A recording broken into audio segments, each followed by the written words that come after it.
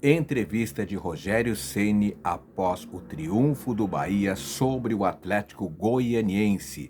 Veja o que ele falou. Eu acho que faltou um título, seja ele de Campeonato Baiano ou de Copa do Nordeste. Eu acho que teria ajudado muito na base, na solidificação para a sequência. Acho que nós nos superamos naquele momento, em dois momentos, né? No clássico, quando perdemos um jogador aos 30 minutos e jogamos aqueles 60 minutos com um jogador a menos. E depois contra o CRB, onde nós dominamos o jogo e infelizmente não fizemos o gol e os pênaltis vieram e fomos eliminados. E aí eu acho que o time teve uma capacidade de crescimento muito grande na primeira parte do Campeonato Brasileiro e infelizmente oscilou mais do que o normal na segunda parte, né? Eu acho que como programação do que tinha sido feito, chegar a pré-Libertadores é muito importante. Acho que a gente sempre pode mais, tem que pensar que sempre pode mais. E tem que planejar, querer mais para o próximo ano, essa é a verdade. Então, eu acho que é um momento feliz, mas que antecedeu um pouco de turbulência, ou bastante turbulência, nesses últimos 2 meses, né? Eu acho que foi até o mês de outubro ali, setembro, né? Mas outubro e novembro não foram bons meses para a gente. A gente mostra que a gente precisa evoluir, melhorar, mas em contrapartida, eu acho que a gente entrega algo importante para a história do clube. Boa noite, Rogério. Parabéns pela conquista da pré-Libertadores. E você sempre falou sobre isso, que você perseguia isso e queria que isso acontecesse. Em algum momento você pensou assim, vai ser muito difícil eu conseguir, em função justamente dessa turbulência, desse contexto que você acabou de citar? Não, para mim, em Manchester, quando nós fizemos a programação do ano, era para a gente algo distante conseguir chegar nessa posição. Depois da primeira parte do campeonato, passou a ser algo real. E, infelizmente, com a turbulência que você cita, passou a ficar apertado, né? O Cruzeiro também venceu hoje, né? Eu acho que mostra que o Campeonato Brasileiro é imprevisível, que se você sentar naquilo que você fez hoje, nesse ano, o ano que vem pode estar comprometido. Se você achar que pelo passado, você vê que nós tivemos equipes importantes hoje, o Atlético Paranaense, que é uma equipe que todos apostariam que estaria talvez no G8, né? No ano do seu centenário, vai para a segunda divisão. Equipes grandes do futebol brasileiro chegando na parte de trás da tabela, já mais que estão acostumadas a frequentar a G8. Então, assim, se você analisar nessa proporção, acho que foi um ano bom para o Bahia, muito melhor do que o ano de 2023. O que a gente tem é que tentar se preparar para que 2025 seja superior ao que foi esse ano de 2024. Boa noite, Rogério. Parabéns pela classificação para a Libertadores depois de 35 anos. Acaba o jogo lá em São Paulo e o Bahia dependia ali a princípio de um outro jogo, né? Do que iria acontecer com o Cruzeiro e tal. Como é que foram esses dias até o jogo de hoje e essa chegada no estádio, o torcedor lotando, a galera descendo do ônibus nos braços da torcida hoje? Como é que foram esses dias para conquistar esse objetivo? Bom, foram, acho que, dias distintos que nós vivemos, né? A primeira camisa é em homenagem a 88. Eu sei que o feito não é tão grande, porque lá foi um título, né? Mas acho que trazer o Bahia de volta 35 anos depois tem seu valor. Eu acho que mostra até o tamanho desses caras que construíram essa história vitoriosa pelo Bahia, né? De tanto tempo atrás. Você vê como é difícil você conseguir. Claro que nos dias de hoje é mais fácil pelo número de vagas que aumenta, mas para valorizar os caras que conseguiram colocar o Bahia nessa história na década de 80. E eu acho que foi terça o jogo nosso, né? Da terça para quarta foi um sentimento muito frustrante, porque quando você não depende, naquele momento a gente não dependia mais de si, né? Ou poderia não depender mais de si. Então quando eu assisti, eu nem assisto o jogo, porque eu dou azar. Quando eu torço para alguém, dá sempre o contrário. Então eu assisto sempre um jogo, e no caso eu até tinha um jogo para assistir, que era o Atlético Goianiense contra o Cuiabá, né? Contra o Fortaleza, desculpa. Eu assisti, e aí assisti o primeiro tempo. Achei que o Atlético foi muito bem contra o Fortaleza.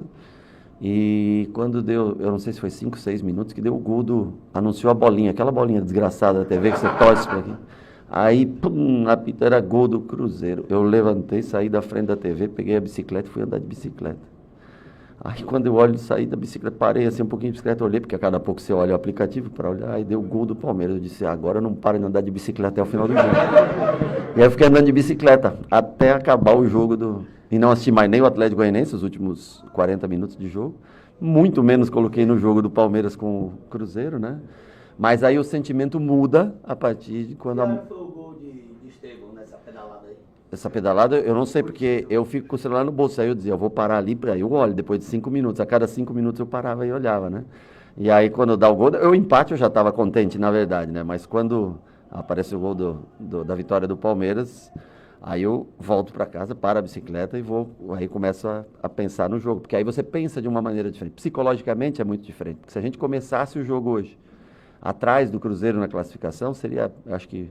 E aí, quando amanhece a quinta-feira, quando a gente começa o trabalho, aí eu acho que ganha uma motivação extra. Eu acho que isso motiva a gente a trabalhar, o grupo a seguir, porque nós dependemos única e exclusivamente da gente para classificar.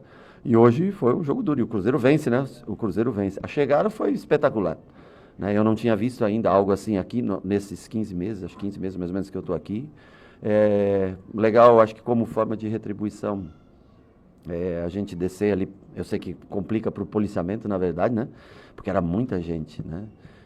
Mas eu acho que é uma forma desse contato, dessa energia que teve presente durante todo o jogo, de ser estreitado esse contato em forma de agradecimento nossa, né? Do time, jogadores, comissão técnica, todos aqueles que fazem do Bahia, sustentam o Bahia no dia a dia do staff, né? É uma maneira de agradecimento a esse movimento que o torcedor fez hoje para nos recepcionar. Boa noite, professor. Parabéns pela classificação. Vou resgatar uma entrevista sua tem TNT Esportes há muito tempo atrás, no começo do ano, onde o senhor disse: o grupo quer um ano tranquilo, não passar susto e classificar para a Sul-Americana. Eu penso um pouco mais. Eu quero a classificação para Libertadores. Alguns atletas como Everton Ribeiro, Jean Lucas, Calixandre, jogaram mais de 60 jogos no ano. E a gente viu um Bahia que poderia ter dado mais se tivéssemos reforços para substituir essas peças. Para 2025, vai haver, na sua opinião, uma reformulação para que esses jogadores não sejam tão sacrificados, também em virtude das muitas competições que aí estão por vir? Bom, eu lembro dessa entrevista que você citou, né, com o Fred, se eu não me engano, que eu fiz, né? E eu falei que, se eu não me engano, posso estar enganado, mas eu falei que nós terminaríamos o campeonato na melhor colocação da história do Bahia em pontos corridos. E a diferença é que o Grupo City é um grupo extremamente organizado e tem uma noção do futuro e eles caminham gradativamente, né? Mas eu não tenho o mesmo tempo, né? Porque o treinador, ele sofre, né? Se você não ganha, ele apanha e eu entendo, é assim que funciona o futebol, né? Então, assim, na minha maneira, nós teríamos que acelerar um pouco mais. E, infelizmente, dentro do que o grupo preconiza de trabalho, foram feitas 2 contratações na janela do meio de ano. Talvez poderíamos, o Iago praticamente jogou muito pouco, porque quando ele ia começar a jogar, infelizmente teve a lesão. O Lúcio jogou já mais na parte final, mas eu acho que serve de alerta e do que a gente tem que fazer para o próximo ano, né? Nós temos que sentar agora e fazer uma programação, algumas posições, ver jogadores que podem chegar, tem alguns jogadores em fim de contrato, né? O que a gente vai fazer? A partir de amanhã, nós vamos sentar com o Cadu e começar a planejar 2025. Eu acho que até é de interesse do grupo em reforçar cada vez mais esse time, porque eu repito para você, no Campeonato Brasileiro, e eu acho que é o mais importante, tá? As Copas são importantes, o Campeonato Regional é muito importante, pela tradição, né, do clássico, mas se você quer ter sucesso, o foco sempre tem que estar ligado no Campeonato Brasileiro. E o objetivo, assim como do ano passado, para esse subir posições, eu acho que nós temos que tentar, né, imaginar, e olha que a concorrência vai ser grande, porque grandes times ficaram atrás da gente. Se você analisar, né, um Atlético Mineiro, um Grêmio, Fluminense, Cruzeiro, são todos times de tradição e que também investiram muito, alguns investiram muito nessa janela do meio do ano. Infelizmente, nós não conseguimos investir tanto porque era o que estava programado. E agora eu acho que a gente pode ter uma noção melhor para o ano que vem, formatar desde o início do ano, se não no início do Campeonato Baiano, mas até o início do Campeonato Brasileiro, ter uma equipe cada vez mais forte, com mais opções, para que a gente possa revezar um pouquinho mais também esses jogadores que chegarem em determinado momento e sentir um pouco de cansaço.